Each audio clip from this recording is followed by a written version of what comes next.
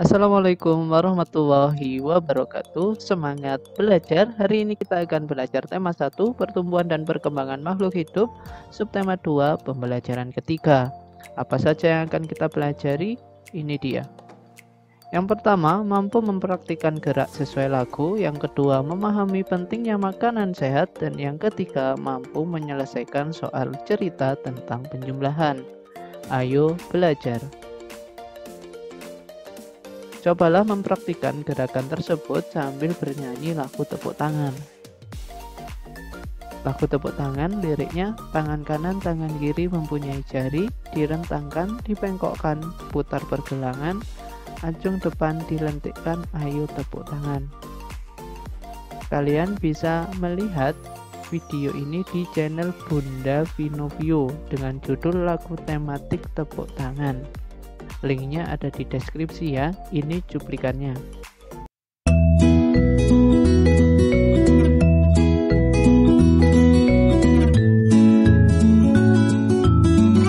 Sebelum menonton, makasih.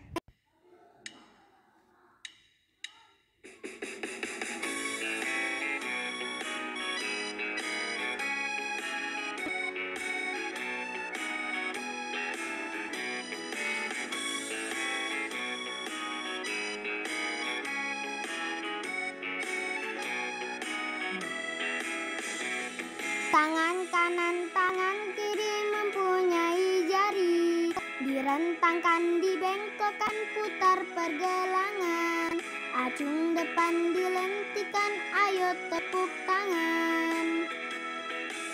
Itu tadi cuplikan lagu tepuk tangan. Coba kalian praktikkan di rumah ya. Selanjutnya, makanan penting untuk kesehatan. Makanan sangat berpengaruh terhadap pertumbuhan dan perkembangan manusia. Makanan yang penting untuk pertumbuhan dan perkembangan adalah makanan yang menyehatkan dan bergizi. Makanan yang menyehatkan dan bergizi itu apa saja ya? Ini dia. Menu 4 sehat 5 sempurna. Apa saja menu 4 sehat 5 sempurna itu? Yang pertama, makanan pokok, misalnya nasi, kentang, jagung, roti, ubi, dan sagu. Kemudian lauk pauk, misalnya daging, ikan, tahu, tempe, telur, dan cumi. Kemudian sayur-sayuran, misalnya kangkung, bayam, wortel, dan buncis. Dan yang keempat, buah-buahan, misalnya jeruk, apel, anggur, pisang, dan jambu. Dan yang terakhir, susu, misalnya susu sapi dan susu kambing. Kenapa kita harus mengkonsumsi menu 4 sehat 5 sempurna? Karena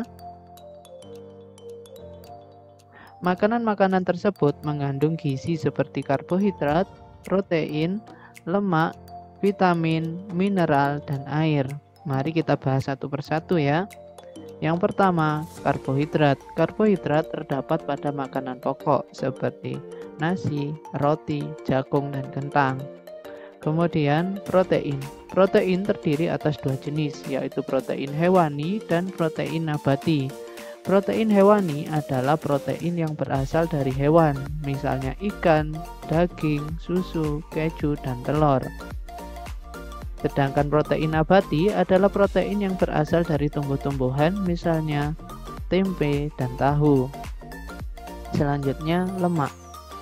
Lemak jenuh terdapat dalam makanan seperti daging, susu, keju, krim, minyak kelapa, kelapa sawit, minyak sayur, dan coklat. Mengkonsumsi lemak jenuh terbukti meningkatkan kadar kolesterol dalam darah. Selanjutnya, vitamin. Vitamin banyak terdapat pada sayur-sayuran dan buah-buahan. Dan yang terakhir, mineral.